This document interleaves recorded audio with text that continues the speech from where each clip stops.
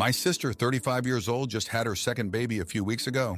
So she has a 22-month-old and a 2-week-old. Her husband is in the Navy, and in July he will be away for a whole month. Obviously, this is less than ideal since at that point the baby will only be about 1.5 months old. Now my sister is looking to have people come stay with her just to help out while her husband is away, so she's not left alone with 2 kids under 2. The 22-month-old is in daycare full-time from 8 a.m. to 4 p.m. So really, she's just looking for someone to wake up and get the 22-month-old ready for daycare, drive her to daycare, and pick her up at the end of the day, while my sister takes care of the baby. My mom is planning to go for 2 weeks to help my sister, and then my sister's mother-in-law will also do 1 week. My mom has assumed that I would be willing to go stay with my sister for the remaining week and help out. When I expressed some hesitation, my mom seemed pretty put out and like I was sort of leaving my sister hanging. I have a few reasons why I don't really want to help. My sister lives 3 hours away, which includes a ferry ride. My partner and I share a car, so I will have to transit and walk on the ferry or leave my partner without a vehicle. I work full-time from home, so it is easy for me to work from anywhere, but I think it will be hard to focus if the newborn is crying all the time. Knowing my sister, it will end up being more than just taking my niece to and from daycare. She would probably ask me to help with stuff during the day or make dinner, etc. I like spending time with kids in small doses, but I find being around them a lot really anxiety-inducing, especially my 22-month-old niece, because she is very reckless and on the go nonstop, so you constantly have to watch her. This last bit makes me feel a bit like an OH, but my sister and her husband have said they want to have lots of kids, like 5, and given that my sister is already 35, they will all be close in age. I sort of have the mindset of if my sister can't even take care of 2 kids by herself, how is she going to deal with 5? I know having a newborn is an insane amount of work. My other sister also has 2 kids, so I've seen them both being raised, but I feel like it's your choice to have lots of kids, so you should be able to take care of them? I'm not even sure I want kids myself. To add some context, my sister is not a full-time stay-at-home mom, but she is on maternity leave and will be for 1 year. She was on maternity leave until July 2023, with her first, returned to work for about 7 months, and then went off again when she had her second. Her and her husband did not know he would be going away in July before she got pregnant. Keeping the 22-month-old home from daycare would likely be more work because she is just so high energy. I wouldn't be commuting back and forth. I would go and stay with her for an entire week. My mom and sister's mother-in-law are both retired, so they aren't having to take time off work to help. I see some people saying that, wouldn't you expect your sister to do the same for you? And I don't think I would, because by the time I have kids, if at all, she will have 2 or more of her own, and I wouldn't expect her to travel 3 hours with all of them to come and stay with me. Not that I expect something in return for helping out family. I'm just saying, since I'm the youngest sibling, I won't have a younger child-free sibling to help me out when I have kids. My mom is more the problem here. When my sister and her husband mentioned it to me, they were more like, if you want, no pressure, etc. But my mom is the one making me feel guilty for not wanting to. I would obviously never say to my sister's face that she should be able to handle her own kids. My other sister and I are already planning to go over sometime this month, while her husband is still home, just for a visit over a weekend to meet the baby, since we haven't yet, so this trip in July would be an additional one. Now, for a few comments before the update. Comment 1. Not the jerk, no is a complete sentence, but you could add, you're sorry, but that doesn't work for you. It amazes me how many people think it's their business to arrange other people's lives for them. I've had 2 young children those ages myself.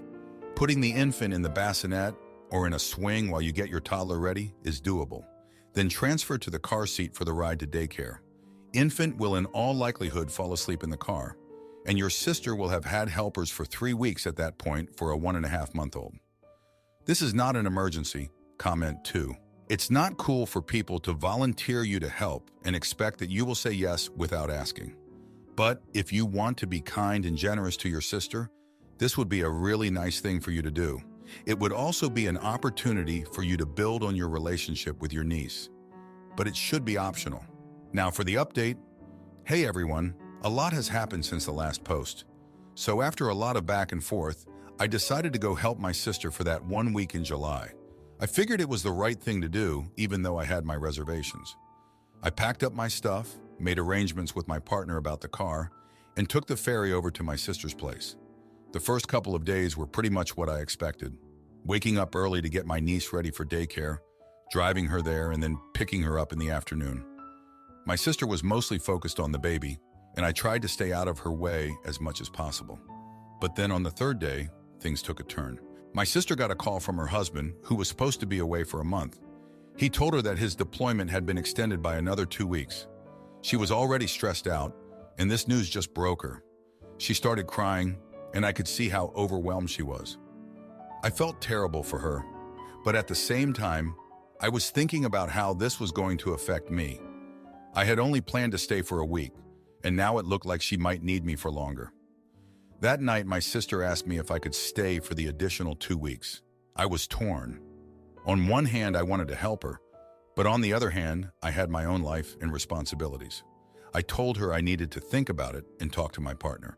My partner was supportive, but reminded me that we had plans and commitments that would be affected if I stayed longer. I felt stuck in a tough situation. The next day, I tried to focus on my work, but it was hard with the baby crying and my sister constantly needing help. I could see that she was struggling, and it made me feel guilty for even considering leaving. But then something unexpected happened. My niece, the 22-month-old, got sick. She had a fever and was really fussy. My sister was already dealing with the newborn, and now she had a sick toddler to take care of. It was chaos. I ended up taking my niece to the doctor, and they said it was just a viral infection and that she needed rest and fluids. Easier said than done with a toddler who doesn't want to sit still. My sister was at her wit's end, and I could see that she was barely holding it together. I decided to stay for the additional 2 weeks, even though it meant putting my own life on hold. I couldn't leave her in that state. The next few days were a blur of taking care of my niece, helping with the baby, and trying to get some work done. My sister was grateful, but I could see that she was still struggling. One night after the kids were finally asleep, we had a heart-to-heart. She opened up about how hard it was to be a mom of 2 young kids and how she felt like she was failing. She admitted that she had always wanted a big family, but now she wasn't sure if she could handle it. It was a side of her I had never seen before, and it made me realize how much pressure she was under. I also started to see a different side of myself. I realized that I had been judging her for wanting a big family without really understanding what she was going through. I had always thought that if you choose to have kids, you should be able to take care of them on your own. But seeing my sister struggle made me realize that everyone needs help sometimes, and it doesn't make you a bad parent. As the days went on, I started to feel more comfortable in my role. I got into a routine, and things started to feel a bit more manageable. But then, just when I thought we were getting the hang of things, my sister's mother-in-law called. She had been planning to come for a week to help out, but she had fallen and broken her leg. She wouldn't be able to come after all. My sister was devastated, and I felt the weight of the situation even more. I knew I couldn't stay for another week. I had already extended my stay by 2 weeks, and my partner was starting to get frustrated. We had plans that we had to cancel, and it was putting a strain on our relationship. I had to make a tough decision. I told my sister that I couldn't stay any longer and that she would have to find another solution. She was upset, but she understood. I felt terrible leaving her, but I had to think about my own life too. The fallout from my decision was immediate. My mom was furious with me for leaving my sister in such a difficult situation. She called me selfish and said that I was abandoning my family. It hurt to hear that, but I knew I had done everything I could. My sister was disappointed, but she didn't blame me. She knew how hard it was for me to stay as long as I did. Looking back, I realized that my sister and I had always had a complicated relationship. Growing up, she was always the responsible one, the one who had everything together. I was the youngest, the one who was always trying to find my own way. I think part of me resented her for always being the perfect one, and that's why I was so hesitant to help her in the first place. But seeing her struggle made me realize that she wasn't perfect and that she needed help just like anyone else. In the end, my sister managed to get through the rest of the month with the help of some friends and neighbors. It wasn't easy, but she did it. I went back to my life, but things felt different. I had a new perspective on what it means to be a family, and to support each other. It wasn't always easy, and sometimes it meant making tough decisions. But I knew that I had done my best, and that was all I could do. Thanks for reading. Am I the idiot for ignoring my husband's hard work and choosing a store-bought costume instead? 26-year-old female, am married to Eric, 26-year-old male, for 2 years now. We met at a Comic-Con type event and immediately hit it off. We both share our love towards cosplay, video games, and a lot more. I was into cosplay since I was a kid. In college, I found some like-minded friends, and we were attending many comic conventions with our awesome costumes. But I was never a good designer nor a seamstress. It was always buying something that I like and doing little modifications and adding accessories kind of deal. But I enjoyed it a lot. During this time, I met Eric, and oh golly, he's a master designer and he's good with electronic stuff too. He makes these really awesome costumes with lights and stuff that are on another level when compared with what I do. His proudest achievement is an Iron Man costume with a light-up arc reactor, eyes, and palm rockets, which is a sight to behold at night. Anyway, after we met, he made costumes for me as well, and we attended conventions like it's nobody's business. My college friends invited me to a convention a month ago, and I said yes. I decided to go as Starlight from The Boys. I did not mention this explicitly to Eric. Today, Eric surprised me with an ongoing project of ours. We were on our way to making a Millennia costume from Elden Ring for me for a convention that's later this year. Eric had finished the costume early to surprise me for the convention next week. Mind you, this is a very complicated piece to put on, and it has some electrical plugs too while putting it on, which I'm not too comfortable doing alone. I said I had already decided on going as Starlight, and he asked to see the costume, so I showed him the one-piece Starlight costume I got for this event. He said it was a typical slutty hot girl costume, and I said, maybe I want to be a slutty hot girl with my friends and not be completely out of place at a not-too-fancy convention with a fancy, sophisticated costume. I just wanted to be simple and feel sexy in my hometown with my old friends. I could see that he was very hurt by my remark, and I said I can still wear it to the original convention according to our plan anyways. He said still I should have mentioned my costume earlier, so he could not have rushed the Millennia costume. Then I told him that he should have asked me first and that it's not his responsibility to make me costumes for everything. He had to leave for work, so this is where we stand now. I'm typing this all to calm down my nerves a bit because we never had an argument of this magnitude before. Am I the idiot here? To add, I read this all again, and I want to clarify that when he said slutty, it was not disrespectful. We review a lot of costumes in our free time, and we give them a sluttiness ranking out of 10 amongst other scores. I have worn 10 out of 10 slutty costumes with and without him before, and it's not an issue. It's just that he thinks the store-made ones are too generic. Now, for a few comments before the update. Comment 1. No idiots here. You're entitled to wear what you want. But since you know he often makes your costumes, I don't understand why you didn't tell him ages ago what you wanted to go as. You had to know there was a chance he was already working on something for you. I guess I don't understand why he always makes your costumes. And yet this one time you decided to go as something else without ever giving him a heads up. I can see why he'd be hurt after doing that work and assuming you'd love it, like you have many other times in the past. It's basically just miscommunication by both of you, and you both sound like you aren't jerks. Comment 2. Not the idiot. You had a plan for a group costume already. Presumably you'll wear his costume at a later event and enjoy it then. It's understandable that you want to stick with the plan of matching costumes with your group, even if it's a cheap and generic costume. You're there for the camaraderie, not to win a contest. Now for the update. Hey everyone, thanks for reading. So after that argument, things have been pretty tense between Eric and me. The next day, I decided to go to work early to avoid any awkward morning conversations. I figured giving him some space might help. But when I got home, I found a note on the kitchen counter. Eric had written that he was going to stay with his friend Mike for a couple of days to clear his head. That hit me hard. We've never spent a night apart since we got married, and now he was leaving because of a fight over a costume. I spent the evening alone trying to distract myself with some Netflix, but my mind kept wandering back to our argument. I started to feel guilty about how I dismissed his effort on the Millennia costume. I knew he put a lot of time and love into it, and I just brushed it off. I decided to text him, saying I was sorry and that we should talk when he felt ready. He didn't reply, which made me even more anxious. The following day, I went to work but couldn't focus. My friend Sarah noticed I was off and asked what was wrong. I told her about the fight, and she suggested that maybe Eric felt unappreciated. She said that sometimes people show their love through actions, and when those actions are dismissed, it can feel like a personal rejection. That made a lot of sense, and I realized I needed to make it up to him. That evening, I decided to work on a surprise for Eric. I pulled out all the materials I had for the Starlight costume and started modifying it. I added some LED lights and made some adjustments to make it more unique. I wanted to show Eric that I could put effort into my costumes too, and that I valued his skills and creativity. On the third day, Eric came home. He looked tired but seemed calmer. We sat down to talk and I apologized for how I handled the situation.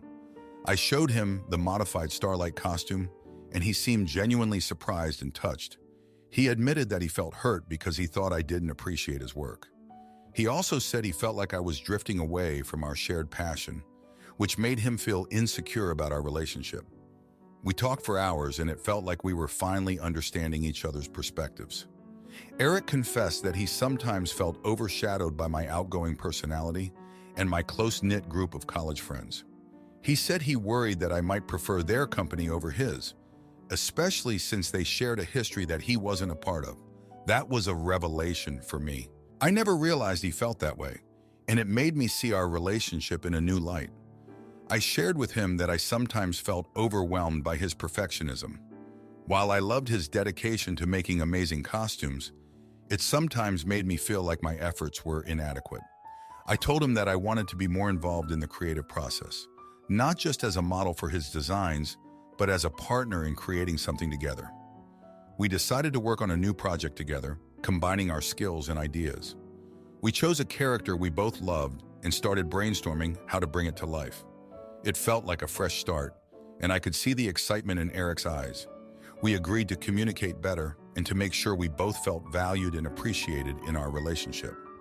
As we worked on the new costume, we talked about our past and how they shaped who we are today.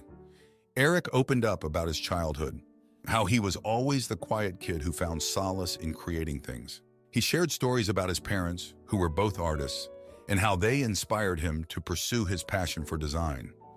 I told him about my college days, how I found my tribe through cosplay, and how it helped me come out of my shell. These conversations brought us closer, and I felt like I was seeing a side of Eric that I hadn't fully understood before. It made me appreciate him even more, not just for his talent, but for the person he is. We also talked about our future, how we wanted to balance our individual interests with our shared hobbies, and how we could support each other better. By the end of the week, we had made significant progress on our new costume, and it felt like we were back on track. We still had a lot to work on, both in terms of the costume and our relationship, but it felt like we were moving in the right direction. We promised to keep the lines of communication open and to always make time for each other, no matter how busy life got. Thanks for reading. Am I the idiot for calling my friend's mom when she decided to marry a guy? She met on PlayStation Chat. So in the last few months, my 28-year-old friend has gone through a lot of change.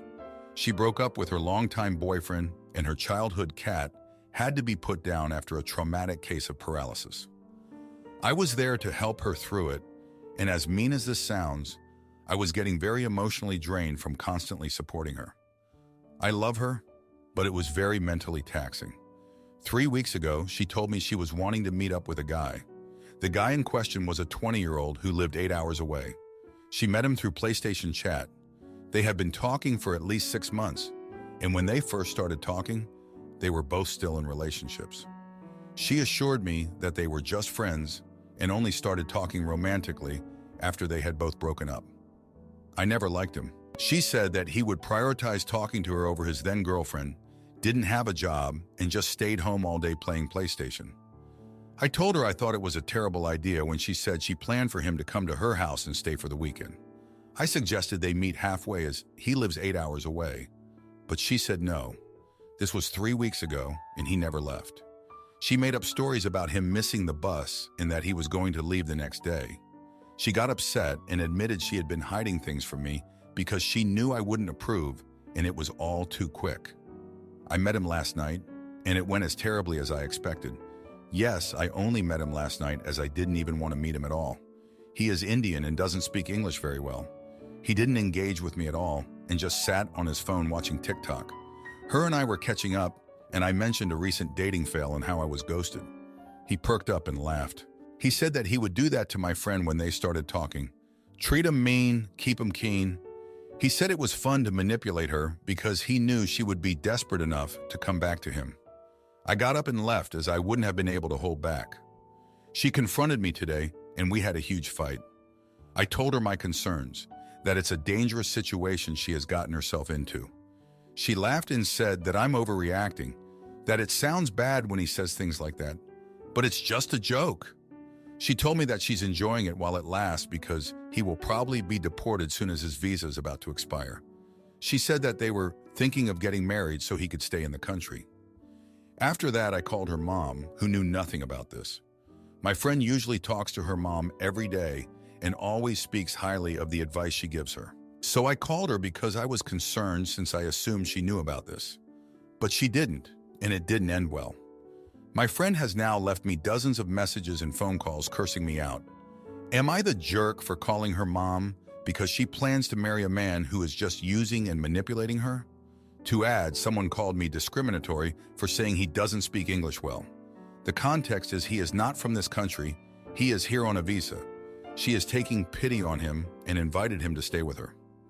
Their communication is limited as she doesn't speak his language and his English is limited. They have translated conversations through Google Translate. When I pointed out the ghosting, she tried to make excuses like, "That's how he talks, you don't understand the communication barrier," which was just her trying to make excuses for his bad behavior. Now, for a few comments before the update. Comment 1.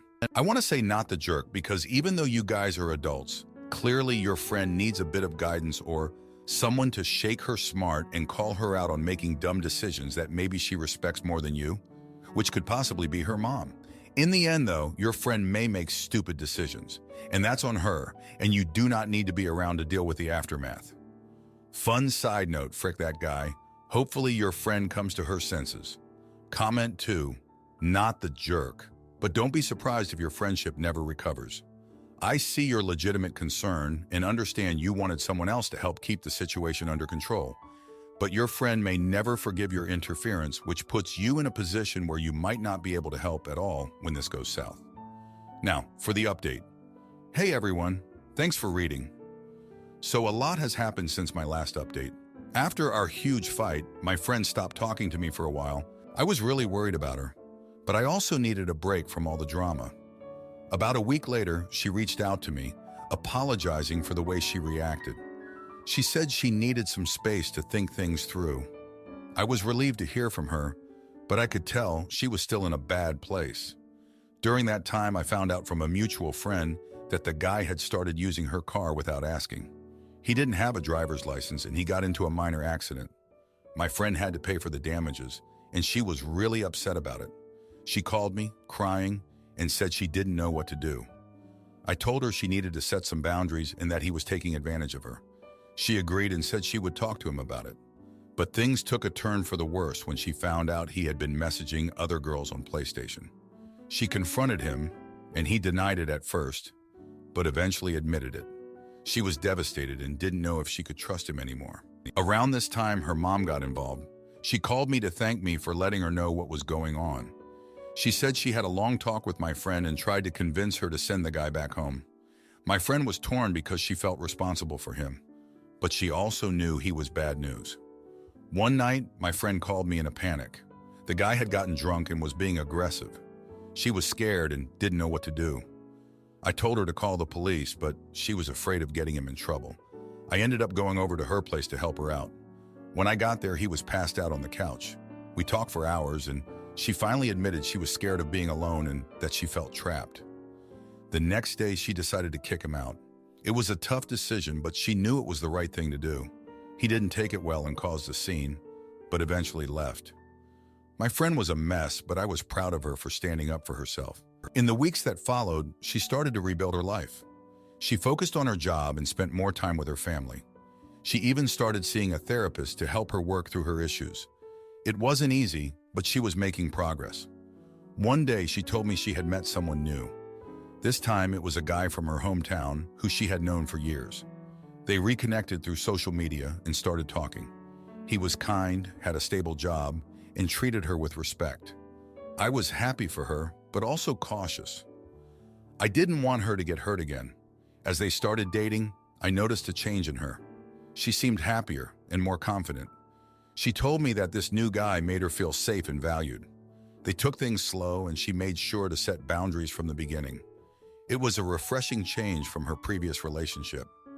During this time, I also learned more about her past. She opened up to me about her childhood and how she always felt like she had to take care of everyone around her. Her parents had a rocky marriage, and she often found herself playing the role of mediator.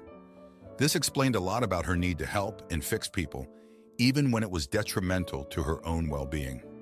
One night, we were talking about everything that had happened, and she admitted that she had been using relationships as a way to avoid dealing with her own issues. She realized that she needed to focus on herself and her own happiness before she could truly be happy with someone else. It was a big breakthrough for her, and I could see how much she had grown. As for me, I also learned a lot from this experience. I realized that sometimes the best way to help someone is to let them make their own mistakes and be there to support them when they need it.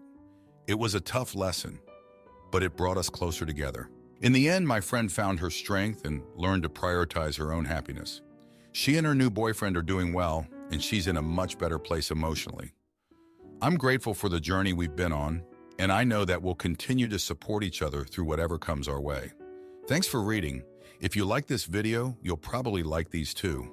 Also, while you're here, please consider subscribing. It's your support that keeps this channel alive and allows me to make better and longer videos. Have a great day.